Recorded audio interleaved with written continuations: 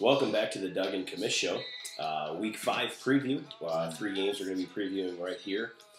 We've also been getting some tweets to our GFO Twitter account, so feel free to keep sending in your questions. But anyway, first game we're going to go at is the 4-0 Paper against the 1-3 Doughboy. Now, Paper has Romo coming off of a bye week. You know that I love the teams coming off of the bye week. Yes. But anyway, they have a pretty good prediction for him to get 16 points. And he's going to basically be leading the way for Paper. Does Paper have 6 guys that are going to go into double digits this week? The answer is yes, but unfortunately it doesn't really matter. He's going to have one guy going to double digits and a couple other guys scoring the under 5. Doughboy is going to put up very little resistance. This is a walk-in, show up, take care of business, and go home kind of game for the show. It's over, and it's over early. Okay, he's got Arian Foster, a good matchup against the Giants. Yep. I do like that one. He's got Reggie Wayne against Kansas City. Now, Kansas City has had an extra week to prepare against Peyton Manning. Right. But let's be honest with each other. Doesn't matter. I mean, teams have had 9 years to prepare for Peyton Manning, and it makes no difference. Anyway, let me ask you a question, though. Nix from the Giants. Yes. Do you think he's becoming the number 1 option in New York as opposed to Steve Smith?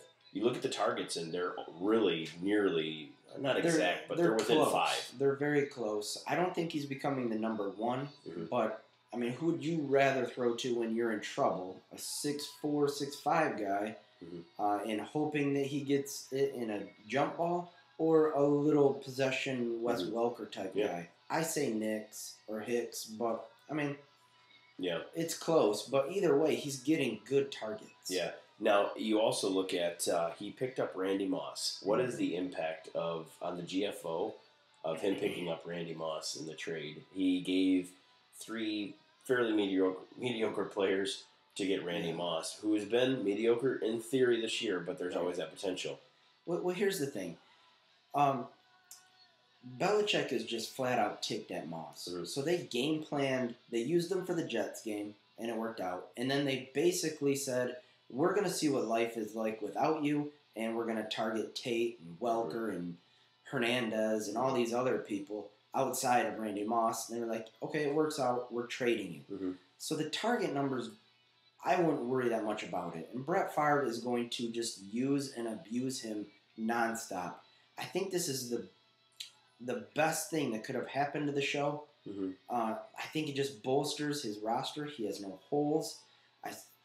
I don't know exactly what to think of him coming out of the Shula division that everybody seems to win in. So I don't know exactly what to think of the show, but I do know this move benefits him in the short term and in the long run. Yeah. They always say that for Randy Moss, for the first year or 2 that he's in a new organization, just does really well and seems to thrive. Not to mention, he's in a contract year. He's going to be Mr. Company, Mr. Company guy until he gets his contract. Then he'll go back to being the normal Moss. Doughboy has Ray Rice and Joe Flacco.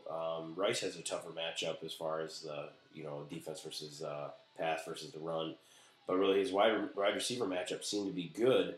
But again, will they show up? Roddy White seems to be the only guy there. Colston has Arizona.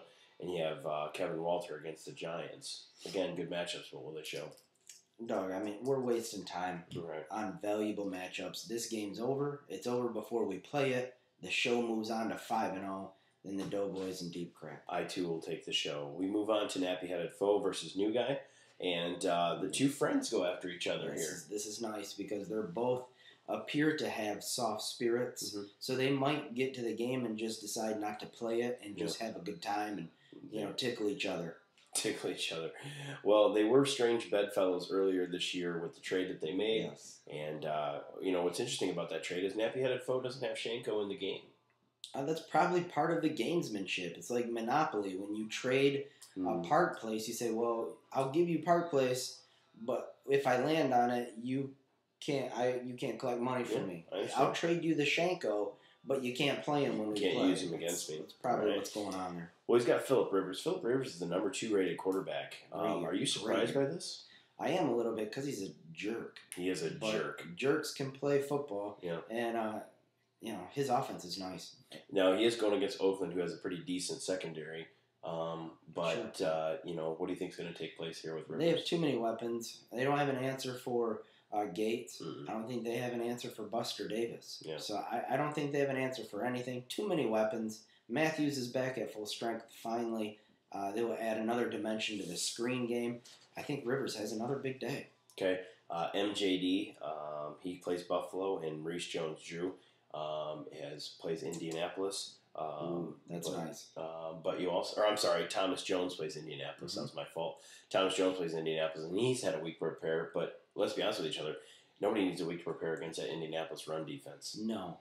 Me and my spare tire could walk in there and get 100 yards and a touchdown. Mm-hmm. Steve Smith, again, we talked about the fears of maybe him not staying the number one.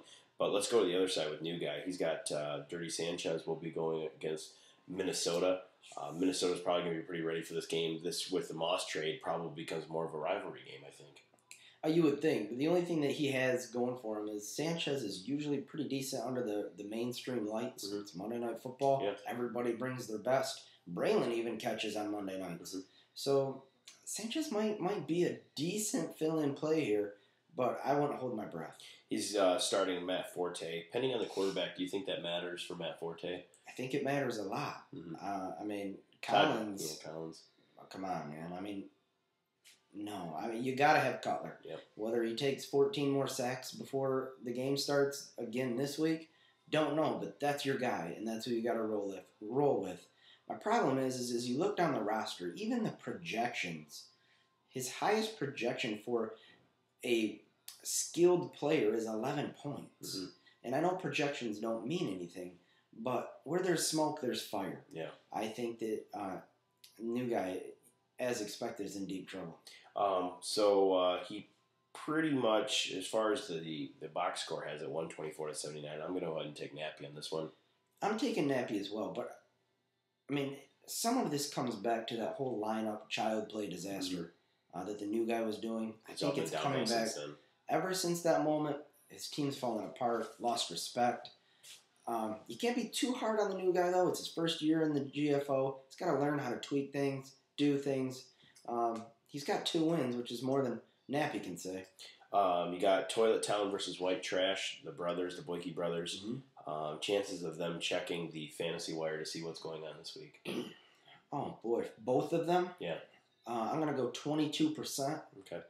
All right. I'll take slightly the over because DJ's trying to get back to winning things. I hope that one of those two starts a serious win streak so that we can get some participation. Anyway, Aaron Rodgers has a good matchup. Javid Best plays St. Louis, who actually surprisingly has a pretty good run defense. They do. They really, really do. Spags has really got that defense rolling. Okay. Jamal Charles against Indianapolis. Again, talked about how he splits carries with Thomas Jones. We'll see what happens there. But again, his wide receivers look pretty bad. With the exception of Bolden, who plays Denver, which could go either way. Bolden has had, correct me if I'm wrong, Douglas, one great game. Right? And then maybe a couple games.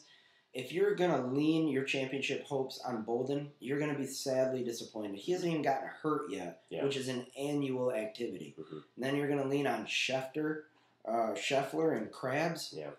That's not a long-term solution. Mm-hmm. You also have, on the White Trash side of things, got Donovan McNabb going against Green Bay, Michael Turner against Cleveland, and Ryan Terrain coming in and stepping up. I love the Terrain. He is going to lift this team to a place where it hasn't been before, almost 500. Okay.